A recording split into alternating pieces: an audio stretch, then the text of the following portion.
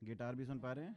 ठीक है, बस मैं इसीलिए लेके आया था, इससे ज़्यादा इसका रोल नहीं है। So thank you so much guys. पहले तो एक चीज़ अर्ज किया है, वो कह देता हूँ, 2 लाइनें हैं कि तेरी गलियों में आया जाया करते थे, तेरी गलियों में आया जाया करते थे, बस यूं ही वक्त ज़ाया करते थे। तेरी गलियों में आया जाया करते थे, बस यूं ही वक्त ज़ाया करते थे, और एक तेरे इंतज़ार में बाकी सारे काम छोड़ दिए हमने, वरना एक नौकरी थी हमारी, अच्छा खासा कमाया करते थे। और दो लाइनें और हैं कि एक तेरे इश्क में खुद को काबिल बनाने के लिए, एक तेरे इश्क में खुद को काबिल बनाने के लिए बाकी सारे हुनर भुला दिए हमने, एक तेरे इश्क में खुद को काबिल बनाने के लिए बाकी सारे हुनर भुला दिए हमने, वरना एक अच्छे शायर भी थे हम, ये बकवास कॉमेडी कब वाले हमें भी बुलाया करते थे। थैंक यू सो मच बुलाने के लिए, फिर भी मुझे बुलाने के लिए। चलिए आपको एक वैसे एक फैक्ट बता देता हूँ, जल्दी शुरू करता हूँ यहाँ पे कि आपको पता है आप में से सब्जी मंडी कितने लोग गए हुए हैं सब्जी मंडी? अच्छा चलो, कोई फ़र्क नहीं पड़ता इस रिस्पॉन्स से, मैं फिर भी बोलूँगा। तो सब्जी मंडी में गाइस मैं आपको एक फैक्ट बताता हूँ कि पहला और जो दूसरा लॉट आता है ना वो सब्जियों का, वो फ्रेश होता है, ठीक है। तीसरे चौथे से वो थोड़ा सा मिलावट लेकर के आते हैं, फिर पाँचवें छठे के बाद बासी सब्जियाँ। अभी जो मैंने आपका ज्ञान वर्धन किया है, इस चीज़ को आप भूल जाइए, क्योंकि इसका इस चीज़ से कोई लेना देना नहीं कि मैं यहाँ तीसरी बार आ रहा हूँ। थोड़ा सा ठीक है, मैं जल्दी से बताता हूँ अपने बारे में। 5 महीने पहले मैं लंदन आया हूँ मुंबई से, और मैं एक चीज़ बस इतना फील करता हूँ कि यहाँ आने के बाद ना मैं थोड़ा सा बेहतर इंसान बन गया। मैं चाहता नहीं था बट हो गया हूँ, ठीक है। अब मैं अपना मैं बर्तन खुद से धोता हूँ यार, मैं अपने कपड़े खुद धोता हूँ, उसको प्रेस करता हूँ, ठीक है। और सुबह का खाना शाम को ना खाने वाला मैं 3 टाइम का खाना एक साथ बनाता हूँ, ठीक।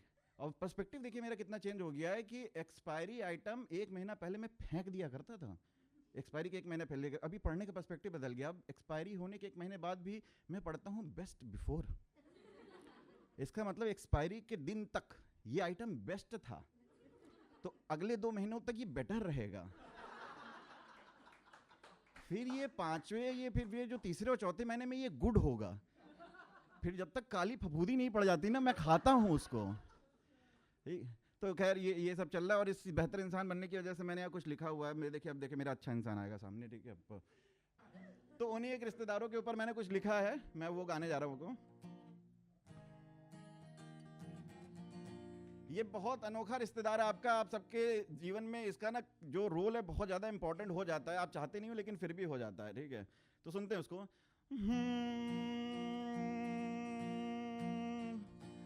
अनोखा किरदार है ये हमारा रिश्तेदार, अनोखा किरदार है ये हमारा रिश्तेदार, खून का तो रिश्ता नहीं मगर खून पीने को तैयार, कौन है वो, कौन है वो, हो छोटी छोटी बातों पे बड़ा समूह बनाता था, हंसते गाते घर में कलेश कर जाता था, हो छोटी छोटी बातों में बड़ा समूह बनाता था, हंसते गाते घर में कलेश कर जाता था, चाहे जितना करो इसके भाव नहीं मिलते, बाहर चाहे इससे कहीं पूछा नहीं जाता था, हो रोता था पुराने दिन वो याद करके, उस घर में आ गए नए जवान लड़के, हो शायद इसी बात पे रूठा था,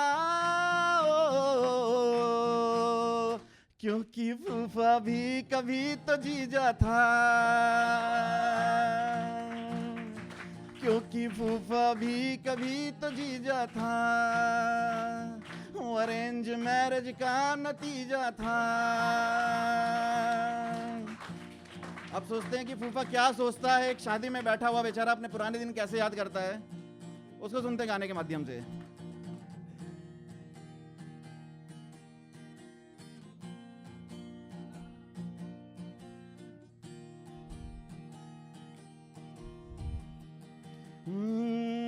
He got his first real erection when her marriage proposal came. पास के गांव की एक लड़की and she was in her sweet 16, चढ़ी घोड़ी and he got married, दहेज में स्प्लेंडर मिली साली उसे as a bonus, और उससे बड़ी एक चीज standing on the mother's porch, Oh, सबने दी उसे respect full on, and when they touched his feet, they swear everything just went wrong.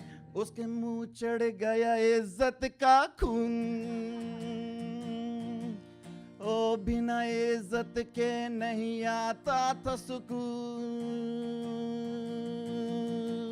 Those were the best days of his life. हो अब साली हो गई है बूढ़ी, साला हो गया है अब ढीठ, खाने में छोड़ो हलवा पूड़ी, रोटी में भी नहीं लगती है घी, फुला के मुंह बैठा है वो, कभी कोई कहीं उसको तो पूछो इसी इम्पोर्टेंट पॉइंट पे, कभी कोई उसके भी व्यू लो, उस घर में आ गए नए दामन। ओ फूफा की नहीं है कोई औकात, gone are the best days of his life। शायद इसी बात पर उठा था, क्योंकि फूफा भी कभी तो जी जाता। Thank you so much.